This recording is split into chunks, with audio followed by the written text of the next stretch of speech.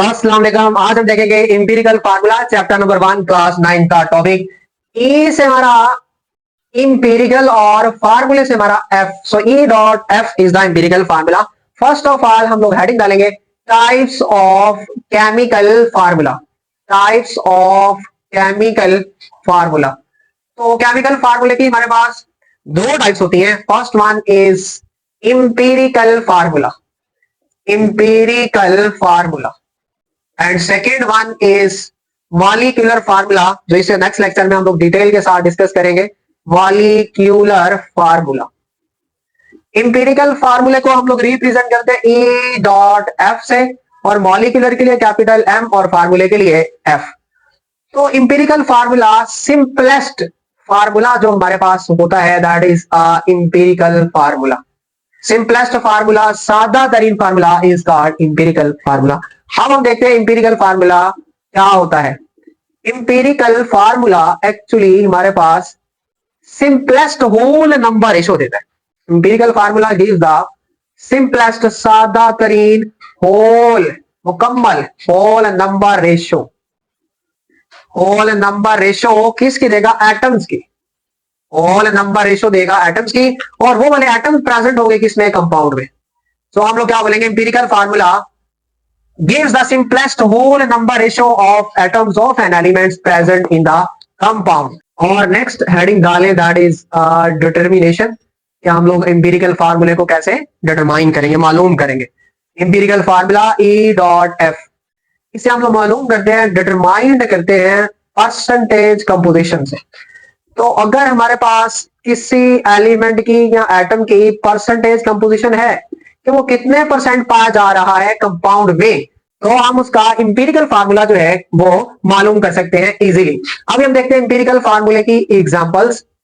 सो हम यहां पहले कोवलेंट कंपाउंड की बात करते हैं कि अगर हमारे पास कोवलेंट कंपाउंड हो तो हम उसका इंपीरिकल फार्मूला कैसे मालूम करेंगे।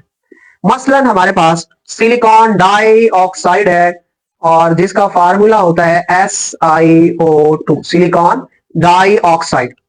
अब हम इसकी सिंपलेस्ट रेशियो अगर निकालें SiO2 की, तो ये बनेगी 1:2। कैसे? क्योंकि सिलिकॉन का 1 एटम है और ऑक्सीजन के 2 एटम है, तो सिंपलेस्ट रेशियो हमारे पास क्या बनी? 1:2। तो इसलिए जो सिंपलेस्ट रेशियो के अकॉर्डिंग इसका फार्मूला था SiO2 था, इसलिए इसका इंपीरिकल फार्मूला भी हमारे पास क्या बना? SiO2 ही बना।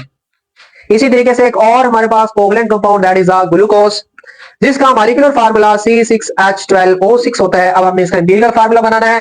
सो सिंपल ट्रिक जो आपने याद रखना वो ये है कि आपको जब कोई भी कंपाउंड हो दिया गया हो, उसका आपने इंपीरिकल फार्मूला निकालना है, तो आपने उसमें देखना है सबसे कम एटम किसके हैं। तो आप देखिए सबसे कम एटम किसके हैं? कार्बन और ऑक्सीजन के। जितने कम एटम होंगे सबसे कम वाला वो आपने कॉमन लेना है। 6 आपने कॉमन लिया, बाकी क्या बचा? C, और इधर 12 6 पे डिवाइड ओवर 2, और ऑक्सीजन 6 है तो उधर भी क्या आ गया? 1। तो देखिए सिंपलेस्ट रेशियो क्या बनेगा?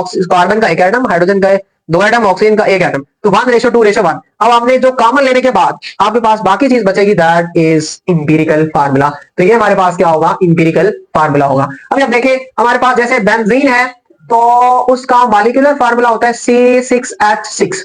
अब देखिए इसका मॉलिक्यूलर फार्मूला C6H6 है। अब आपने इसका इंपीरिकल फार्मूला निकालना है, तो क्या कॉमन आ रहा है इसमें? 6 कॉमन आ रहा है, तो बाकी क्या बचा? CH।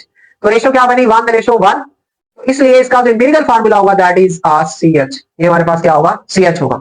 अब आप देखिए जैसे अगर आप लोग वाटर का निकालना चाहते हैं empirical formula, molecular formula H2O है, तो इंपीरिकल फार्मूला क्या होगा? अब वो कंपाउंड जिनमें कोई चीज भी कॉमन नहीं आ रही, तो उसका इंपीरिकल फार्मूला भी वही होगा और मॉलिक्यूलर फार्मूला भी जो है वही होगा। इसलिए आप वाटर का इंपीरिकल फार्मूला भी H2O है और मॉलिक्यूलर फार्मूला भी H2O है। इसी तरीके से अभी अगर आप लोग हाइड्रोजन को देखें तो N2H4। अब आप देखिए इसमें सबसे कम नंबर एटम किसके हैं? हाइड्रोजन के, तो इसलिए 2 कॉमन आ रहा है इसमें, तो बाकी क्या बचा? NH2। तो इसलिए इसका जो सिंपलेस्ट रेशियो दैट इज 1:2, और इसका इंपीरिकल फार्मूला क्या बनेगा? NH2। तो इस तरीके से किसी भी कंपाउंड का हम लोग इंपीरिकल फार्मूला जो है वो इजीली मालूम कर सकते हैं। और अभी हम देखते हैं हमने आयनिक कंपाउंड का कैसे इंपीरिकल फार्मूला निकालना है। सो नेक्स्ट है हमारे पास आयनिक कंपाउंड्स और उनका इंपीरिकल फार्मूला हमने कैसे निकालना है। तो आयनिक कंपाउंड जो है वो हमारे मॉलिक्यूल की फॉर्म में एग्जिस्ट नहीं करते, जिसकी वजह से इनका मॉलिक्यूलर फार्मूला तो बिल्कुल भी नहीं होगा, क्योंकि मॉलिक्यूलर फार्मूला जस्ट उनका ही होता है जो मॉलिक्यूल की फॉर्म में एग्जिस्ट करते। So that's why ionic compounds do not have a molecular formula. अब आयनिक कंपाउंड्स मॉलिक्यूल की फॉर्म में एग्जिस्ट नहीं करते, फिर किस फॉर्म में एग्जिस्ट करते? 3 डायमेंशनल नेटवर्क की फॉर्म में एग्जिस्ट करते। 3 डायमेंशनल नेटवर्क की फॉर्म में जितने भी हमारे पास आयनिक कंपाउंड्स हैं वो एग्जिस्ट करते हैं। थ्री का मतलब तीन, डायमेंशन का मतलब डायरेक्शंस, मतलब तीन तरफी जो है वो तीन तरफ की डायरेक्शन में रहते हैं, और नेटवर्क का मतलब जाल बनाकर एक पूरा ग्रुप की फॉर्म में रहते हैं। अभी इसको समझने के लिए हम लोग जो है वो क्या बना रहे हैं, दो बॉक्स बना रहे हैं। एक बॉक्स आपने ये बना लिया, फिर आपने क्या करना है, इसके अंदर एक और बॉक्स बनाना है ऐसे, और फिर इन लाइंस को आपस में जो है वो आपने मिलाना है। तो जरा देखिए, ये आपने ब्लैक वाली जो लाइंस लगा रहा हूं इस तरीके से मिलाना है। तो यहाँ आप लोगों को जो है वो थ्री डायमेंशनल स्ट्रक्चर देखने को मिलेगा।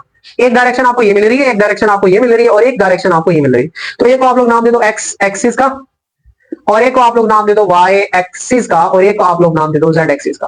तो अगर आप देखें, थ्री डायरेक्शंस मिल रही है, थ्री डायमेंशन मिल रही है, तो इस फॉर्म में आपका आयनिक कंपाउंड जो है वो एग्जिस्ट करता है। एक्चुअली होता ये है कि आयनिक कंपाउंड में जो आपके पास ईच आइन होता है, हर आइन उसे सराउंड किया होता है और आइंस ने, सराउंड बाय अदर आइंस। तो जो आपका पॉजिटिव वाला है उसे सराउंड किया होता है नेगेटिव ने, और नेगेटिव वाले ने सराउंड किया होता है पॉजिटिव वाले को। अब आप देखिए, जैसे हमारे पास NaCl, तो इसमें होता यह है कि बीच में हमारा Na होता है, 1 2 3 4 5 एंड 6। तो इसे 6 क्लोराइड आइन ने जो है वो सराउंड किया होता है। बीच में हमारा सोडियम आइन, और इसको 6 क्लोराइड आइन ने जो इस तरीके से सराउंड किया होता है। और इसी तरीके से जो हमारा क्लोराइड आइन है, इसको 6 सोडियम आइंस ने जो है वो सराउंड किया होता है इस तरीके से, Na+1 सोडियम आइन, सोडियम आइन, सोडियम आइन और सोडियम आइन। अब पॉजिटिव और नेगेटिव के दरमियान जब फोर्स ऑफ अट्रैक्शन डेवलप होना स्टार्ट हो जाती है। तो जब थ्री डायमेंशनल की फॉर्म में रह रहे हैं, तो इसलिए आयनिक कंपाउंड जो है उनका मॉलिक्यूलर फार्मूला तो बिल्कुल भी नहीं होगा। और कौन सा फार्मूला होगा, that is a formula unit. तो आयनिक कंपाउंड का फार्मूला यूनिट होता है, या you can say ionic formula, और you can say ionic formula होता है इनका। अब जब फार्मूला यूनिट है, इसका मतलब आयनिक कंपाउंड का जो सिंपलेस्ट फार्मूला होगा, simplest formula, that is a formula unit. अब हमने इंपेरिकल फार्मूले को एक्सप्लेन करना है, डिफाइन करना है on the basis of formula unit. तो हम लोग क्या बोलेंगे, empirical formula is the simplest whole number ratio. Empirical formula is the simplest whole number ratio of ions, क्योंकि इसके अंदर क्या आइंस मौजूद है, प्लस माइनस है, तो क्या बोलेंगे, simplest whole number ratio of ions present इसके अंदर इन ionic compound. So empirical formula according to the ionic compound is the simplest whole number ratio of ions present in a ionic compound. तो एक important point जो आपने याद रखना है वो ये है कि हमारे पास अगर कोई एक आयनिक कंपाउंड दिया हुआ है, just like sodium chloride, potassium chloride, copper sulphate, तो ये हमारे पास क्या है, सारे के सारे आयनिक कंपाउंड्स है। और अगर आयनिक कंपाउंड्स है उनका आपने इंपेरिकल फार्मूला निकालना है, इंपेरिकल फार्मूला। तो आयनिक कंपाउंड का इंपेरिकल फार्मूला किसके बराबर होगा, फार्मूला यूनिट के बराबर होगा। तो जो आयनिक कंपाउंड का फार्मूला यूनिट होगा वो ही उसका क्या होगा, इंपेरिकल फार्मूला होगा। इसका मतलब ये हुआ कि हमारे पास आयनिक compounds have same formula unit and empirical formula, और इनके दरमियान सिंपलेस्ट रेशियो भी वही रहेगी।